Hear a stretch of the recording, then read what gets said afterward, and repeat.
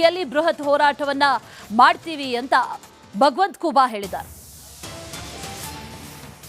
ಮಾಜಿ ಕೇಂದ್ರ ಸಚಿವರು ನಮ್ಮ ಜೊತೆ ಇದ್ದಾರೆ ಸರ್.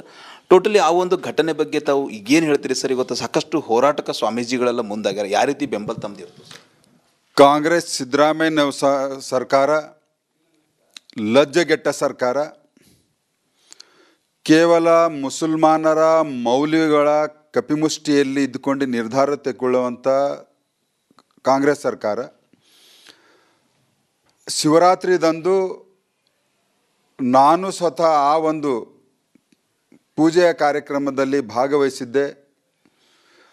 ಅಂದಿನ ಪರಿಸ್ಥಿತಿ ಮುಸಲ್ಮಾನರು ಪ್ರತಿಯೊಂದು ಮನೆಯಲ್ಲಿ, ಪ್ರತಿಯೊಂದು ಮನೆಯ ಛಾವಣಿ ಮೇಲೆ ಖಡ್ಗಗಳು, ಚಾಕುಗಳು, ಲಾಠಿಗಳು, ಕಲ್ಲುಗಳು, ಖಾರದ ಪುಡಿ ಎಲ್ಲವೂ ಇಟ್ಟುಕೊಂಡು ನಮ್ಮ ಮೇಲೆ ಅವತ್ತು ಕೊಲೆ ಮಾಡುವಂಥ ಪ್ರಯತ್ನದಲ್ಲಿದ್ದರು.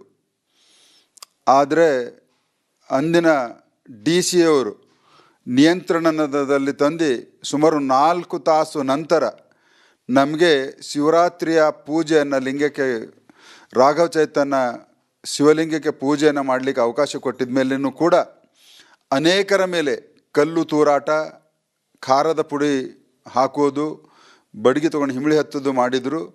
ಅಂತಹ ಒಂದು ಗಂಭೀರ ಘಟನೆಯಲ್ಲಿ ಆರೋಪಿಗಳಿಗೆ ಕೇವಲ 4 ವರ್ಷದ ಒಳಗೆ ಸರ್ಕಾರ ಏಕಮುಖಿಯಾಗಿ ಮುಸಲ್ಮಾನರ ಓಲೈಕೆಗಾಗಿ ಇಂತಹ ಒಂದು ನಿರ್ಣಯ ತಗೊಂಡಿದ್ದು ಇದು ದುರ್ದೈವ.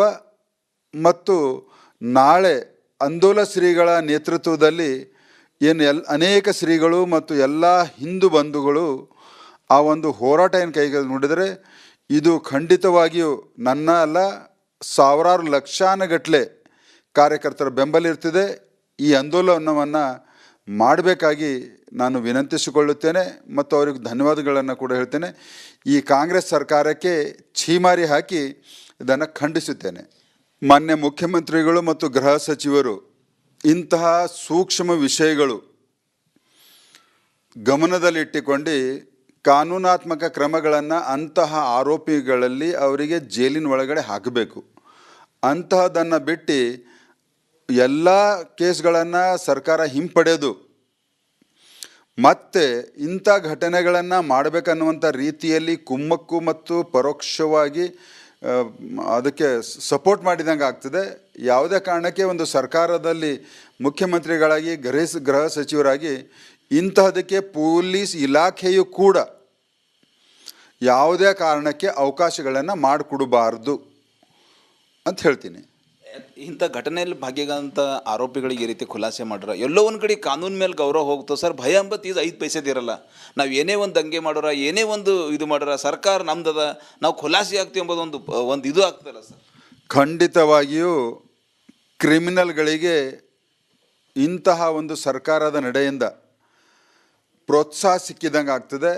ಮತ್ತೆ ಸಮಾಜದಲ್ಲಿ ಅಂತಹ ಘಟನೆಗಳನ್ನು ಮರುಕಳಿಸುವಂಥದ್ದು ಶತಸಿದ್ಧ ಅನ್ನುವಂಥದ್ದನ್ನು ರಾಜ್ಯದ ಮುಖ್ಯಮಂತ್ರಿಗಳು, ಗೃಹ ಸಚಿವರು ಮತ್ತು ಪೊಲೀಸ್ ಇಲಾಖೆಯ ವರಿಷ್ಠ ಅಧಿಕಾರಿಗಳೇ ಇದನ್ನು ನೀವು ಲಕ್ಷ್ಯದಲ್ಲಿ ಇಟ್ಕೋಬೇಕು. ಸರ್ಕಾರ ವಿರುದ್ಧ ಬೃಹತ್ ಹೋರಾಟ ಮಾಡ್ತೀವಿ.